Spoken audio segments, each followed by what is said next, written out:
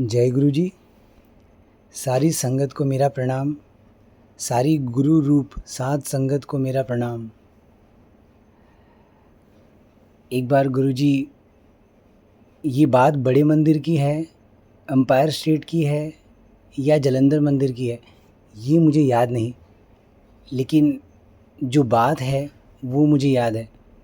एक बार गुरु जी अपने मंदिर में बैठे हुए थे अपने स्थान पर, और एक संगत के सामने ऐसे बैठे हुए अचानक से गुरुजी बोले, और गुरुजी ने पंजाबी में कहा था। ये मेरी पंजाबी इतनी अच्छी है नहीं, लेकिन मैं कोशिश करूँगा उसको पंजाबी में ही बोलने के लिए, ताकि वो एग्जैक्ट बात आप तक पहुँच सके और गुरु महाराज मदद करे कि सबको वो बात उस तरह से समझ आए जैसा गुरु महाराज समझाना चाहते हैं। तो गुरुजी ने पंजाबी में कुछ इस तरह से कहा था कि तुसी उल्टे सीधे काम करे जांदे हो, दुखा तकलीफा विच पए रहंदे हो, की मिलिया तोनू इन्हां नू विच, और जदों एक पल दी खुशी आ भी गई ते की होया, चंगा समय तो तुसी ज़्यादा कढ़िया ही नहीं।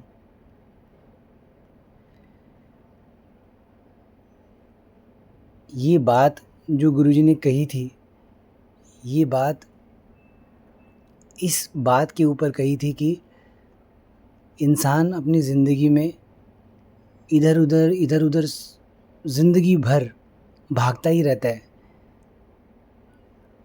पैसे कमाने के चक्कर में, तो कभी शोहरत हासिल करने के चक्कर में, कभी कोई पद हासिल करने के, कभी कोई प्रसिद्धि हासिल करने के लिए, तो कभी कुछ, मगर ज़िंदगी भर यही दौड़ लगी रहती है। जैसे एक बच्चा पढ़ना शुरू करता है तो सबसे पहले वो मैट्रिक पास करने के लिए दौड़ लगाता है, फिर वो ग्रेजुएट होने के लिए दौड़ लगाता है, और वो सोचता है कि मैं मैट्रिक पास हो जाऊंगा तो मैं खुश हो जाऊंगा। मन कहीं ना कहीं यही सोच रहा होता है, लेकिन वो सिर्फ एक पल की खुशी के लिए दौड़ रहा होता है। उसके बाद ग्रेजुएट हो जाऊंगा तो खुशी हो जाऊंगा, मैं अब सीए बन जाऊंगा तो खुश हो जाऊंगा, अब मैं एक सक्सेसफुल बिजनेसमैन बन जाऊंगा तो मैं खुश हो जाऊंगा, मेरे पास इतने रुपए होंगे तो मैं खुश हो जाऊंगा। अपनी सक्सेस को किसी न किसी जगह पे तोल के रखा है, और हर बार एक नया टारगेट, एक नया गोल होता है, और उस गोल के पीछे ही वो ज़िंदगी भर भागता रहता है। सबके अपने अपने गोल हैं। मैं बोल रहा हूँ किसी का कोई निर्धारित नहीं है, लेकिन सबके अपने अपने गोल हैं। सब अपना खुद सोचो कि आपके वो गोल क्या हैं जो आपने अपनी अपनी लाइफ में बना के रखे। लेकिन एक बार के लिए थोड़ा शांत होकर सोचो, कौन सा गोल, किसका गोल, आप हो कौन? कुछ समय पहले आप कुछ थे ही नहीं, कुछ समय बाद आप कुछ रहोगे ही नहीं। ये एक छोटी सी ज़िंदगी मिली है, क्यों ना इसको आनंद में बिताया जाए। वो सब कुछ करते हुए जो आप ज़िंदगी में कर रहे हो, पढ़ रहे हो, लिख रहे हो, घर के काम काज में लगे हो, ऑफिस के काम काज में लगे हो, जो भी आप कर रहे हो, लेकिन क्यों ना उस समय को अच्छे से बिताया जाए जो समय हम लोग अब बिता रहे हैं। क्यों हर समय हमारे दिमाग में एक तनाव रहता है, हर समय। किसी के पास कितने भी रुपए हो, किसी के पास कितने कम रुपए हो, किसी के पास बहुत काम हो, किसी के पास कम काम हो, किसी के पास पूरी अच्छे से तंदुरुस्त हेल्थ है उसके बावजूद, किसी के पास नहीं है उसके बावजूद, सबके पास तनाव है, सबके पास टेंशन है, सबके पास चिंताएं हैं। इस रिलेशन में गुरुजी ने ये बात कही थी कि ज़िंदगी में जो हम उल्टे सीधे काम करते हैं ना, उस वजह से ये सारी चीज़ें हमारे साथ होती है जो ज़िंदगी में हम करते हैं।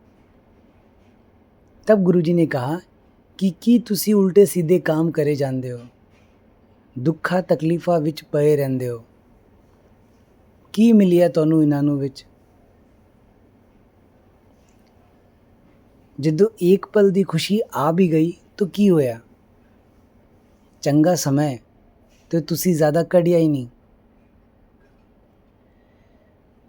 इसे एक और बात समझ आती है कि कहीं ना कहीं गुरुजी हमसे क्या चाहते हैं।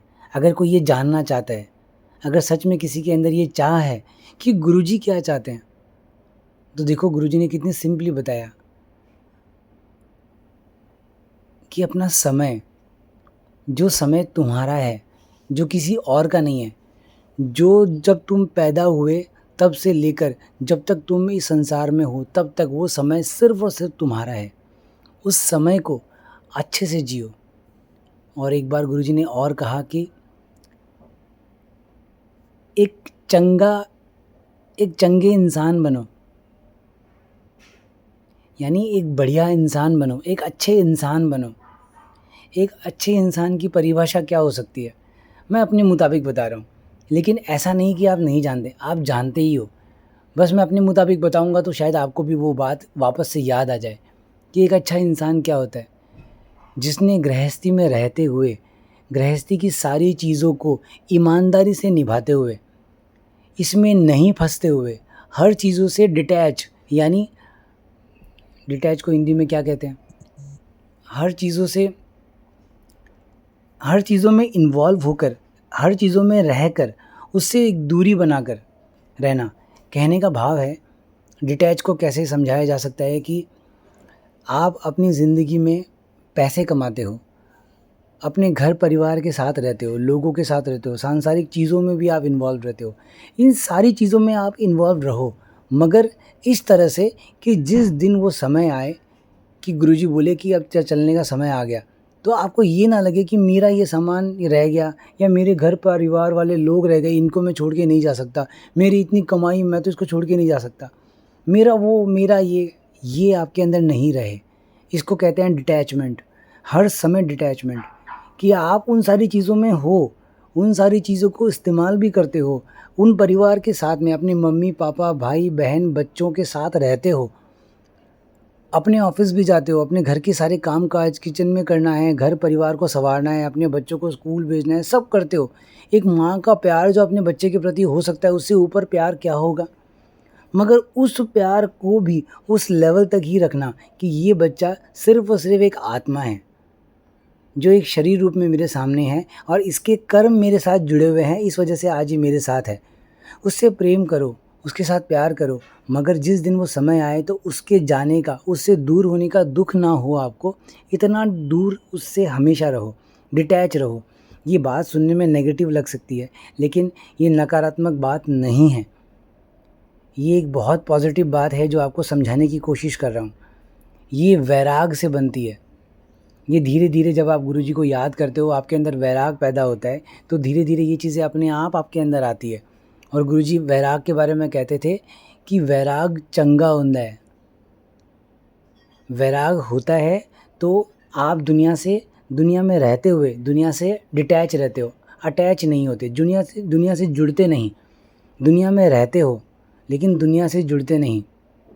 और गुरुजी ने एक शब्द के माध्यम से भी एक बात कही थी जिसका मतलब कुछ और है बनता है, लेकिन यहाँ पे भी वो लाइन मैच कर रही है, इसलिए कहता हूँ कि गुरुजी ने कहा कि अंजन माहे निरंजन रहिए, जोग जुगत लिव पाइए, गल्ली जोग ना हुई। कि अंजन यानी कालस, जो दुनिया का कालस है, यानी जो दुनिया में उल्टे सीधे काम जितने भी हो रहे हैं उनमें रहते हुए, मोह माया में रहते हुए, सब चीज़ों में रहते हुए उनसे डिटैच रहना, उनसे दूर रहना। अंजन माहे निरंजन रहिए, उससे डिटैच रहो, उन सब से जुड़ो मत, तुम अपना ईमानदारी वाला काम करो बस। तो जोग जुगत लिव पाइए, कि जीते जी तुम वो जोगीपन जो हासिल करना होता है एक इंसान को, वो तुम हासिल कर जाते हो। ये समझाने का एक मकसद था। गल्ली जोग ना हुई, मतलब बातों से जोग नहीं होता। सिर्फ बातें बोलते रहो कि मैं ये कर दूंगा, मैं वो कर दूंगा, ऐसा हो जाएगा वैसा हो जाएगा, नहीं, करके दिखाना होता है। गुरुजी कहते थे कि मैं प्रैक्टिकल करता हूँ, तुम भी प्रैक्टिकल करके दिखाओ। और जो समय के बारे में गुरुजी ने कहा कि चंगा समय तो तुझसे ज़्यादा कड़िया ही नहीं, वो एक बात की तरफ इशारा कर रहे हैं। अगर आपका ध्यान उस तरफ गया है तो गुरुजी ने कहा कि चंगा समय यानी अच्छा समय तो आपने ज़्यादा निकाला ही नहीं, आपने ज़्यादा जिया ही नहीं। इसका मतलब वो इशारा कर रहे हैं आपको कि अच्छा समय जीना है, आपको ज़िंदगी में अच्छा समय जीना है, ताकि अब जब आप ऊपर जाओ तो ये दौलत है आपकी, ये जो ऊपर आप लेके जाओगे। एक बार एक संगत के घर पे गए थे गुरुजी। इस मामले में मुझे वो सत्संग याद आ गया, तो मैं आपको सुनाता हूँ कि एक बार गुरुजी एक संगत के घर पे गए, तो वो संगत गुरुजी को जानती नहीं थी पहले से, लेकिन गुरुजी ने इस बारे में भी बताया था कि गुरुजी, मैं इस बारे में पहले आपको बता देता हूँ कि गुरुजी किसी किसी संगत के घर भी जाया करते थे। तो एक संगत ने ऐसा एक सवाल पूछ लिया गुरुजी से कि गुरुजी, कोई आपसे मिलने के लिए इतना उतावला है, लेकिन आप उससे मिल ही नहीं रहे हो, मिल गए तो उससे बात ही नहीं कर रहे हो, लेकिन कितना कितना समय निकल जाता है, वो चाहता है कि उसका कल्याण हो, लेकिन वो हो ही नहीं पा रहा है, आप उसके सवालों के जवाब ही नहीं दे रहे हो, और किसी संगत के घर जाकर आप उसको बोल रहे हो। तो गुरुजी ने एक बात बताई कि कर्मों का खेल, ये सब कर्मों का खेल है। उसके कर्म इतने ऊंचे हैं कि मुझे उसके घर जाना पड़ता है। उसने ये कमाई की है अपनी ज़िंदगी में पहले, तो जाकर मैं उसके घर जाकर उसको दर्शन देता हूँ। तो ऐसी ही एक संगत थी जिसके घर पर गुरुजी गए। वो हस्बैंड वाइफ थे दोनों, और जैसे ही वो घर पे गुरुजी गए तो आंटी ने दरवाज़ा खोला, और उस समय गुरुजी अपनी यंग एज में हुआ करते थे, ये उस समय की बात है। तो आंटी ने दरवाज़ा खोला तो वो आए और उन्होंने नमस्ते की, जैसे बातचीत की, लेकिन गुरुजी का प्रभाव भी ऐसा होता है कि इंसान थोड़ा सा दब जाता है। लेकिन आंटी ने देखा कि एक यंग बच्चा जैसा ही देख रही थी वो आंटी उनको, तो बच्चा नहीं, मतलब एक ऐसा समझ लो कि एक लड़के को किस तरह से एक आंटी की उम्र की एक लेडी अगर है, बड़ी है, तो वो किस तरह से देखेगी, तो उन्होंने वैसे ही देखा। और फिर गुरुजी ऐसे बोलते बोलते अंदर चले गए। तो उन्होंने कुछ किसी के साथ पहले उन आंटी की ऐसे बात हुई थी कि ऐसे ऐसे कोई है, किसी संगत के थ्रू ही गुरुजी ने ये मैसेज पहुंचवा दिया था पहले ही कि गुरुजी आएंगे। तो उनको लगा कि गुरुजी कोई बड़े साधु पुरुष वैसे होंगे, दाढ़ी वाड़ी पगड़ी उगड़ी वैसा, तो उन्होंने उस तरह से उनको एक्सेप्ट नहीं कर पाए वो कि ये कैसे गुरुजी हैं मतलब। लेकिन आने के लिए गुरुजी को फिर अंदर बुलाया, गुरुजी को बिठाया, और जैसे हम लोग नॉर्मली गुरुजी, कोई घर में मेहमान आ जाए तो कैसे करते हैं, चाय पानी के लिए पूछते हैं, तो वैसे ही पानी पिलाया, चाय पिलाई, और फिर गुरुजी वहाँ थोड़ी देर बैठे रहे और आंटी से बहुत कम हल्के में बात की। लेकिन एक सवाल गुरुजी ने आंटी से पूछा कि आंटी, समय बिताने के लिए क्या करते हो? मैं आपको हिंदी में बोलता हूँ क्योंकि पंजाबी सही नहीं बैठेगी मेरे से अभी। तो गुरुजी ने पूछा कि समय बिताने के लिए क्या करते हो? तो आंटी ने बोला कि गुरुजी, मैं तो गाने का शौक़ रखती हूँ, तो ये बाजा है मेरा, हारमोनियम था उनके पास, तो बताया कि ये बाजा है मेरा, मैं इसको बजाती हूँ और गुनगुनाती हूँ, घर पे गाती हूँ। और गुरुजी ने पूछा कि आपके अंकल क्या करते हैं? तो आंटी ने बताया कि गुरुजी वो गोल्फ़ खेलते हैं, तो वो गोल्फ़ खेलने जाते हैं, और उसी तरह से हम दोनों का ये समय बीतता है। क्योंकि वो रिटायर्ड थे, जहाँ तक मुझे याद है वो रिटायर्ड थे उस समय। तो उन्होंने कहा कि इस तरह से उनका समय बीतता है।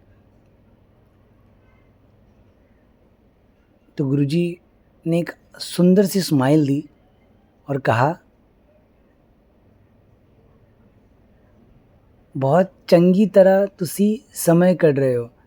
मुझे वो पंजाबी याद नहीं आ रही अभी लैंग्वेज, लेकिन बोलने की कोशिश कर रहा हूँ, मगर अब मैं हिंदी में बोलता हूँ कि गुरुजी ने कहा कि बहुत अच्छी तरह तुम अपना समय बिता रहे हो। बस इतना ही कहा, इससे ज़्यादा कुछ नहीं कहा, बस इतना ही कहा कि बहुत अच्छी तरह तुम अपना समय बिता रहे हो। मैं आपका ध्यान एक तरफ ले जाने की कोशिश कर रहा हूँ बार बार कि गुरुजी आपसे क्या चाहते हैं। एक अच्छे इंसान बनो। अपना समय जो आपको गुरुजी ने दिया है, जो अब आपका है, जो बच गया है, जो चला गया है, उसको छोड़ दो, वो वापस नहीं आ सकता अब, और उसका दुःख भी मत करो। लेकिन जो समय अब है उसको दुःख तकलीफ़ में मत बिताओ। ये नहीं हुआ, वो नहीं हुआ, इतने पैसे नहीं मिले, मेरे को वो ओहदा नहीं मिला, ये स्टेटस नहीं मिला, मेरा बच्चा, मेरी ये, मेरा वो, इन सब चीज़ों में सारी चीज़ों को निभाओ। मैं ये नहीं कह रहा, और ये आसान भी नहीं है, मैं ऐसा भी नहीं कर रहा ये बहुत आसान है।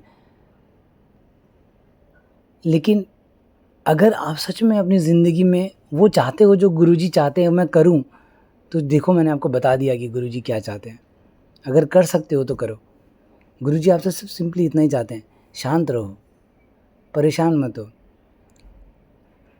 एक बात सिंपली ऐसे ही बताने की कोशिश करता हूँ आप सबको, समझने की कोशिश करना कि जो खेल है वो सारा मन का है। आप उसमें कुछ नहीं कर रहे हो। आप इसलिए नहीं कर रहे हो क्योंकि आपको सबसे पहले ये पता हर समय होना होगा कि आप कौन हो। आप ना तो मन हो, ना तो वो शरीर जो ये दिखता है। आप एक आत्मा हो। इसको एक रथ की तरह देखो कि ये एक रथ है। शरीर एक रथ है। एक रथ आपने देखा है ना, रथ कैसा होता है, जिसमें घोड़े होते हैं आगे, है ना, कैसा होता है वो रथ। वो रथ को एक बार नज़र से ध्यान से ऐसे विजुअलाइज करने की कोशिश करो। उस रथ में जो आगे घोड़े हैं वो सारी आपकी इंद्रियां हैं। आँख, नाक, मुंह, स्पर्श, ये सारी इंद्रियां हैं जो इधर उधर भागती है। मन उन इंद्रियों का ही एक सामूहिक एक रूप है। उन सारी इंद्रियों का मिलाकर एक जो रूप है वो मन है। वो इधर उधर भागते हैं इधर उधर। रथ क्या है? रथ है वो शरीर जिसको लेकर वो इंद्रियां भागती है, यानी वो मन भागता है इधर उधर। आत्मा उसमें बैठा हुआ वो उसका मालिक है। आत्मा वो मालिक है उस शरीर की, उस मन की जो उसमें बैठी हुई है, मगर वो कुछ करती नहीं। वो बस शांति से बैठी है। वो तब ही कुछ करती है जब चीज़ें ज़रूरत से आगे निकल जाए, चीज़ें बहुत आगे निकल जाए, बहुत दुख तकलीफ़ में जब वो, तब वो रोती है, तब वो कोशिशें करती है। उसके अलावा वो चुप बैठी है। जो कर रहा है वो मन कर रहा है आपका, आप नहीं कर रहे। इसीलिए कहा जाता है कि मन को गुरुजी में लगाओ, ताकि वो मन, वो इंद्रियां इधर उधर ना भागे। वो कान उसी को सुने, वो कान गुरुजी को सुने, वो कान गुरुजी को देख, वो आँखें गुरुजी को देखे, वो नाक गुरुजी को सूंघे, वो महसूस गुरुजी को करे। जब सारी इंद्रियां गुरुजी में लग जाएगी, जब ये मन इस शिव का दास बन जाएगा, तो आपको कोई तकलीफ़ है ही नहीं। क्योंकि जब वो उसी की तरफ देख रहा है, जब वो उसी की तरफ चला गया है, तो वो मन उल्टे सीधे कर्म करेगा ही नहीं। और अगर वो उल्टे सीधे कर्म करेगा ही नहीं, तो फिर कर्म बनेंगे कैसे आपके आने वाले? अच्छे ही बनेंगे। और जब अच्छे ही कर्म बनेंगे तो आप समय अपना अपने आप अच्छी तरह से गुजारोगे, आपका मन शांत होगा, और यही तो आपका लक्ष्य है।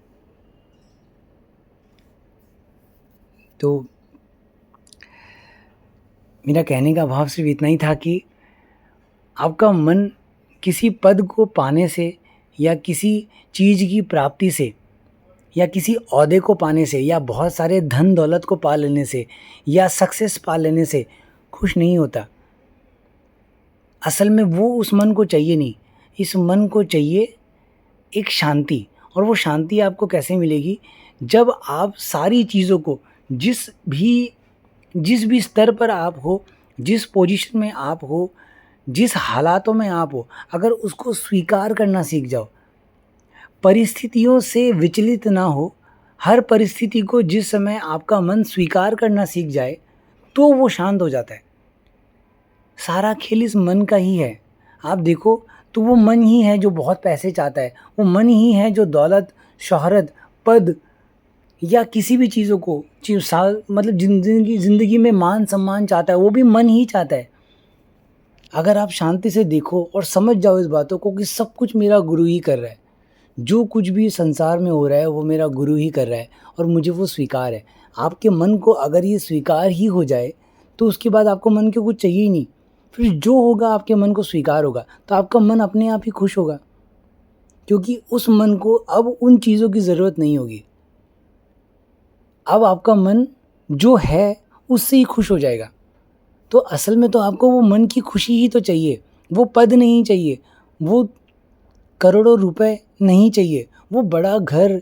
लोग कितनी बार इस चीज़ों में फँस जाते हैं कि मैंने तो इतना ही तो माँगा था, मेरे को तो छोटी-सी ज़रूरत तो है मेरी ज़रूरत तो ज़्यादा है ही नहीं ना, मेरी ज़रूरत तो बहुत कम है, मुझे तो इतना ही चाहिए था, मेरी तो इतनी सी तकलीफ़ है ना, मुझे करोड़ों रुपए नहीं चाहिए, मुझे तो बस 1 लाख रुपए मिल जाए तो बहुत हो जाएगा। लेकिन फिर भी ये आपकी एक रिक्वायरमेंट है। मैं आपको आपकी रिक्वायरमेंट्स पूरी करने से मना नहीं कर रहा। ना गुरुजी ऐसा कहते थे, गुरुजी कहते थे खूब पैसे कमाओ, पार्टियों में जाओ, जहाँ जो करना है वो सब करो, लेकिन शांत रहो। कहने का भाव ये है कि जो आपके कर्म हैं वो आप करो, निश्चित रूप से करो, मगर वो कर्म पूरा होगा, इतना होगा तो मैं खुश होऊँगा या तो मैं खुश होऊँगी, ये नहीं होना चाहिए। गुरुजी आपके लिए जो कर रहे हैं वो बहुत सुंदर कर रहे हैं। इस चीज़ को इस तरह से देखने की कोशिश करो और जो आपको गुरुजी ने दिया है उसको पाकर खुश होने की कोशिश करो। जो भी आपको मिल रहा है गुरुजी से, डेली मिल रहा है, हर क्षण मिल रहा है, हर घड़ी मिल रहा है, आपको हर घड़ी एक सांस मिलती है गुरुजी से। एक बार गुरुजी ने ना बहुत सुंदर एग्जाम्पल देके इस बात को समझाया था कि एक इंसान एक बीमार हो गया और उसको हॉस्पिटल में भर्ती किया गया, और हॉस्पिटल में भर्ती करने के बाद जब उसको सांस नहीं आ रही थी तो उसको ऑक्सीजन सिलेंडर लगा के उसको सांस दी गई, और कुछ समय के बाद 2 से 3 दिन शायद उसको लगे और काफ़ी पैसे लग गए। ये बहुत पहले की बात है, उस समय उसके 80,000 रुपये लगे थे, उस समय 3 दिन उसको ऑक्सीजन सिलेंडर देने के लिए। आज शायद कीमत इसकी और ज़्यादा हो, मुझे पता नहीं, लेकिन उस समय 80,000 रुपये लगे थे वो ऑक्सीजन सिलेंडर से उसको 3 दिन तक सांस देने के लिए। तो जब ये बंदा हॉस्पिटल से जब बाहर आया और जब घर गया तो गुरुजी के सामने बैठकर बड़ी प्रेम से वो शुक्रिया अदा कर रहा था।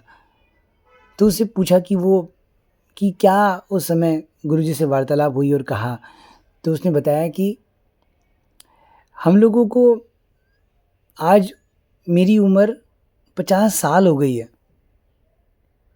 और 50 साल में न जाने कितने ही हज़ारों दिन निकले हैं उस 50 सालों के अंदर, लेकिन उन हज़ारों दिनों के अंदर कितनी ही सांसें मैंने ली है आज तक, कितनी ही लाखों सांसें मैंने आज तक ले ली, लेकिन आज तक उस परमात्मा ने कभी भी उस सांसों के बदले मुझसे कुछ नहीं मांगा। लेकिन जब मुझे वो सांस हॉस्पिटल में नहीं आ रही थी और 3 दिन सिर्फ मुझे वो सांस डॉक्टर्स ने दी, उसके लिए मुझसे 80,000 रुपये लिए और मुझे तकलीफ़ें हुई बहुत ज़्यादा। तो मुझे रियलाइज़ हुआ कि गुरुजी ने जो हमें असली में जो दौलत दी है, उस दौलत की तो कीमत ही नहीं समझते हम लोग। वो दौलत क्या है? वो दौलत है ये सांसें जो गुरुजी हमें फ्री में देते हैं और कुछ नहीं मांगते। ये आँखें जिससे हम ये पूरी दुनिया देखते हैं, अगर एक भी आँख नहीं हो ना, एक आँख नहीं हो ना, तो जीना भी बदतर लगता है, मर जाने का जी करता है। किसी के एक हाथ नहीं हो ना, तो जीना,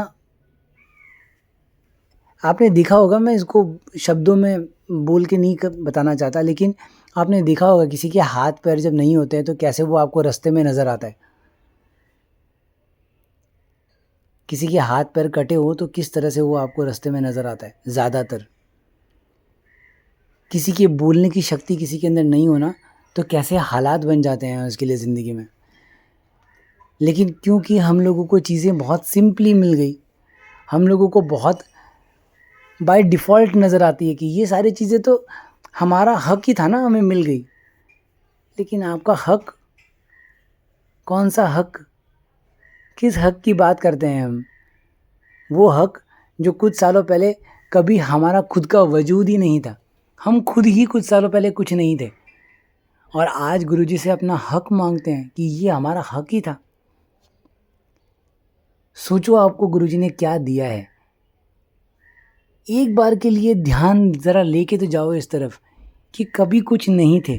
एक इंडिविजुअल फॉर्म में आपको सबसे पहले एक शरीर रूप में आपको बनाया, फिर आपको इतनी सुंदर सुंदर चीज़ें दी, आपको एक जीभ दी जिसके ऊपर कुछ भी रखते ही आपको रस आता है, एक कान दिए जिससे आपको सुनने से एक आनंद आता है, संगीत सुनते हो आप इससे और आपको आनंद आता है।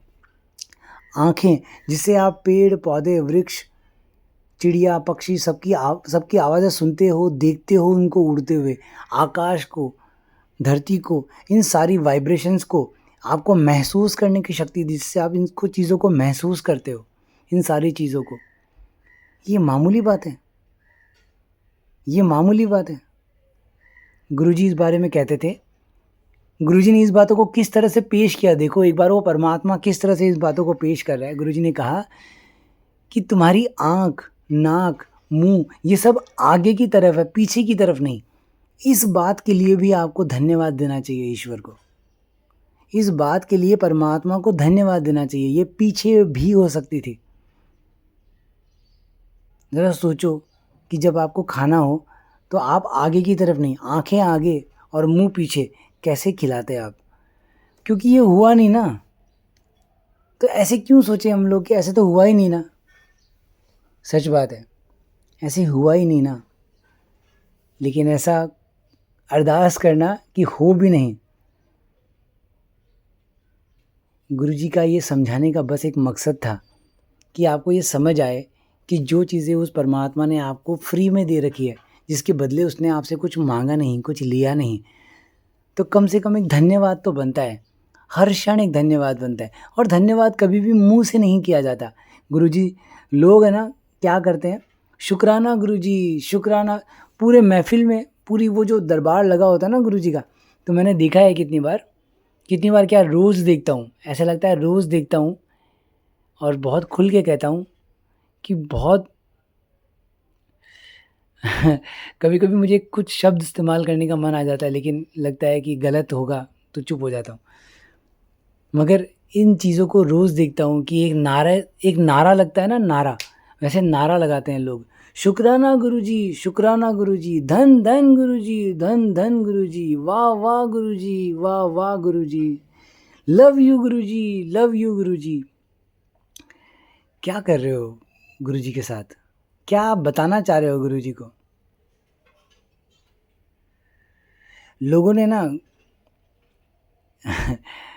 लोगों ने आजकल गुरुजी के वहाँ डांस करना भी शुरू कर दिया है। और गुरुजी के सामने लोग कहते हैं कि गुरुजी डांस करवाते थे।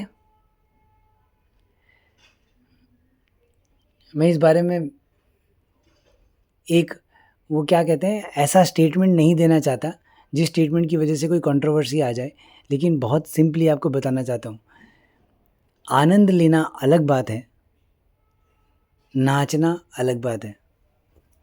अगर इस बात को समझ गए हो तो शायद आपको समझ में आ जाए कि गुरुजी डांस करवाते थे क्या। कितने सारे सत्संग ऐसे होते हैं कि आज तो ये दिन है, आज यहाँ पे सत्संग नहीं बोला जाएगा, आज तो ये दिन है, इस दिन तो कोई सत्संग नहीं बोला जाएगा, सिर्फ शब्द गुरबानी चलेगी और आज के दिन सत्संग नहीं बोला जाएगा, आज के दिन डांस होगा क्योंकि गुरुजी का बर्थडे है, आज तो समाधि दिवस है, आज के दिन कोई सत्संग नहीं बोला जाएगा। आज हम लोग सिंपल रखेंगे, दरबार को भी सिंपल रखेंगे, उसको वाइट कलर का करेंगे। अपने साथ नाटक कर रहे हो या गुरुजी के साथ? मेरी बातें शायद हो सकता है आपको एक समय के लिए बुरी लग जाए, लेकिन जिस दिन आपको ये सच में समझ आएगा तो आपको पता चलेगा कि वो समय आपने ऐसे ही निकाल दिया। ये समय बहुत कीमती है। सत्संग जिसको गुरुजी सबसे ज़्यादा इम्पोर्टेंस देते थे, उसको कहा जाता है कि आज के दिन सत्संग नहीं होगा क्योंकि आज ये दिन है। ऐसा कोई दिन ही नहीं बना जिस दिन सत्संग नहीं होना चाहिए। आज तक कोई ऐसा दिन ही नहीं बना जिस दिन सत्संग नहीं होना चाहिए, सत्संग नहीं बोला जाना चाहिए। पहले तो मैं आपको बता दूं कि सत्संग गुरुजी किसको कहते थे। शब्द गुरबानी को गुरुजी ने सत्संग का नाम नहीं दिया था। जिसको गुरुजी ने सत्संग का नाम दिया था, शब्द गुरबानी जो शुरू चलती है, वो गुरुजी ने हम लोगों को ज़िंदगी में सीख के लिए सुनवाई है। कि इससे हम लोगों को सीख मिलती है। शबद गुरबानी को सुनो, समझो, उस वाइब्रेशन में आओ, उस माहौल में आओ, वहाँ की वाइब्रेशन को अपने अंदर एंटर करने दो। लेकिन जिस चीज़ों से हमारा कल्याण होना है और जिसको गुरुजी ने सत्संग नाम दिया था, वो है गुरुजी का गुणगान। मैं इस चैनल की बात नहीं कर रहा, ये जिस पे गुरुजी का गुणगान होता है ये बस एक नाम है जो गुरुजी ने इसको दिया है, गुरुजी का गुणगान। मगर मैं बात कर रहा हूँ उस परमात्मा के गुणगान की, उस राम के गुणगान की, उस गुरु के गुणगान की, कि उसने आपकी ज़िंदगी में आपको क्या दिया है, क्या किया है उसने आपके लिए, उसके बारे में बखान करना, अपनी पर्सनल चीज़ों के बारे में नहीं। यानी कभी गुरुजी ने आपको पर्सनली कुछ दिखाया है, ऐसी कोई स्पेशल चीज़ आपको गुरुजी ने दिखाई है और वो आपकी है, तो उसको ज़बरदस्ती सबके सामने पेश करने की कोशिश मत करो, वो कम हो जाएगी। मैं आपको फिर रिपीट में कहता हूँ कि अगर कोई पर्सनल चीज़, कोई पर्सनल जो 1 टू 1 आपके और गुरु के बीच में ही है, लेकिन जैसे मानो कि एक बार गुरुजी ने मुझे गूगल कर ले ऐसा एक चीज़ दिखाई थी और वो मैंने बताया भी था सत्संग में कि वो क्या चीज़ है। वो मैंने इसलिए बताया क्योंकि दिखाया गुरुजी ने मुझे ही था, लेकिन मैंने इसलिए बताया क्योंकि वो आपके समझने की चीज़ थी। लेकिन बहुत सारी चीज़ें गुरुजी ने ऐसी भी दिखाई है जो मैंने आपको कभी बताया ही नहीं, किसी और माध्यम से बताने की कोशिश की है, सत्संग के माध्यम से बताने की कोशिश की है, मगर चला के वो चीज़ मैंने आपको कभी भी नहीं बोली, क्योंकि वो मेरे और मेरे गुरु के बीच है। अगर मैं आपको बताने लग जाऊँगा वो सारी पर्सनल चीज़ें, तो वो मेरी तरफ से चली जाएगी, वो कम हो जाएगी वो चीज़ें, वो गुरु जो मुझे दिखाता है वो बनना कम हो जाएगा, वो दिखना कम हो जाएगा। अगर आप ऐसा नहीं चाहते हो तो पर्सनल चीज़ें मत बताया करो। गुणगान का मतलब है कि गुरु ने आपके लिए क्या किया, आपने गुरु से कुछ अरदास की और गुरुजी ने वो पूरा कर दिया, ये एक गुणगान है। कुछ कष्ट आपके ऊपर आया, वो गुरुजी ने टाल दिया और फिर गुरुजी ने दिखाया कि वो कैसे टाल दिया, तो आपने उसका बखान किया, ये गुरु का गुणगान है। कोई बीमारियां गुरुजी ने ठीक कर दी, आपने उसका बखान किया, ये गुरु का गुणगान है। आप गरीबी में जीते थे, गुरुजी ने कैसे आपको एक अच्छी ज़िंदगी दी, जिसमें आपको कभी कोई पैसे की तंगी नहीं है, घर परिवार की प्रेम की तंगी नहीं है, प्रेम की भी तंगी नहीं है, प्रेम है आपकी ज़िंदगी में, और ये आपने बखान किया, तो ये गुरुजी का सत्संग है। ये गुरुजी के वो सत्संग होते हैं जो हम गुरुजी के सामने दरबार में खड़े होकर सारी संगत को सुनाते हैं, और सुनाना ही चाहिए। सत्संग ही वो चीज़ है जिससे आपका कल्याण होता है। और गुरुजी दरबार में जब बैठे होते थे फिजिकल रूप में, शरीर रूप में, तब गुरुजी संगत को खड़ा करके कहते थे कि सुना, ए वाला सत्संग सुना, हाँ तू खड़ा हो, ए वाला सत्संग सुना, सुना कल मैंने तेनू क्या दिखाया। फिर वो जब सुनाता तो वहाँ पता चलता कि गुरुजी ने ऐसे ऐसे करके उसको सपने में दिखाया था, और फिर वो बात किसी एक संगत के लिए होती थी कि है ना, देख इसके लिए दिखाया था। मतलब मैं सपने की वो बात नहीं बता रहा जो आपका पर्सनल है, वो बात गुरुजी ने सुनवाई जो किसी और संगत का कल्याण किया, और सुनवाया किसी और संगत को सपने में जाकर, और वो चीज़ें दिखाई किसी और संगत को सपने में, और वो बात उस संगत से गुरुजी ने खड़े करके वहाँ पे एक सत्संग के रूप में सुनवाई। मैं उस बारे में कह रहा हूँ। मेरा कहने का भाव क्या है? मेरा कहने का भाव है कि सत्संग जिसको गुरुजी ने बड़े प्रेम से, बड़े चाव से शुरू करवाया था और हमारे कल्याण के लिए शुरू करवाया था, उसको रोक मत दिया करो। अगर शबद गुरबानी पूरी हो गई, सारे लोग वहाँ इकट्ठे हो गए हैं, जमा हो गए हैं, अब वो समय आया है कि जब आप गुणगान करके सब लोगों का कल्याण कराओगे और करोगे भी। अगर आप अपने घर पे भी सत्संग कराते हो तो वहाँ पे भी गुणगान छोटा हो बड़ा हो फ़र्क नहीं पड़ता, गुणगान गुणगान ही होता है ना। वो आप वहाँ अगर नहीं कर रहे हो तो आप उस सत्संग को समझ लो कि पूरा ही नहीं कर रहे हो। तो ज़रूर वो सत्संग किया करो जो गुरुजी को सबसे ज़्यादा पसंद है, और वो चीज़ है जिससे सब लोगों का कल्याण होना है। तो ज़रूर सत्संग किया करो। और मुझे लगता है कि शायद वो मूल बात इधर-उधर ना हो जाए, इसलिए मैं आपको बस रिपीट करा देता हूँ कि गुरुजी ने कहा था, किसी एक संगत के सामने दरबार में गुरुजी ने कहा था कि ਤੁਸੀਂ ਉਲਟੇ ਸਿੱਧੇ काम करे ਜਾਂਦੇ ਹੋ, ਦੁੱਖਾਂ ਤਕਲੀਫਾਂ ਵਿੱਚ ਪਏ ਰਹਿੰਦੇ ਹੋ, ਕੀ ਮਿਲਿਆ ਤੁਹਾਨੂੰ ਇਹਨਾਂ ਨੂੰ ਵਿੱਚ? चंगा समय तो तुसी ज़्यादा कढ़िया ही नहीं। एक बार ध्यान देना कि क्या कहा गुरुजी ने, कि अच्छा समय तो आपने निकाला ही नहीं, जिया ही नहीं।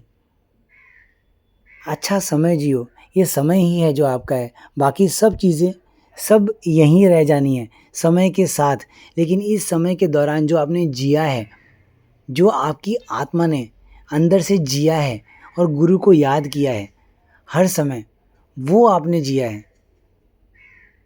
गुरु को याद करो, गुरुजी को याद करो। समय जो आपके पास है वो अच्छे से गुरुजी को समर्पित करके जियो।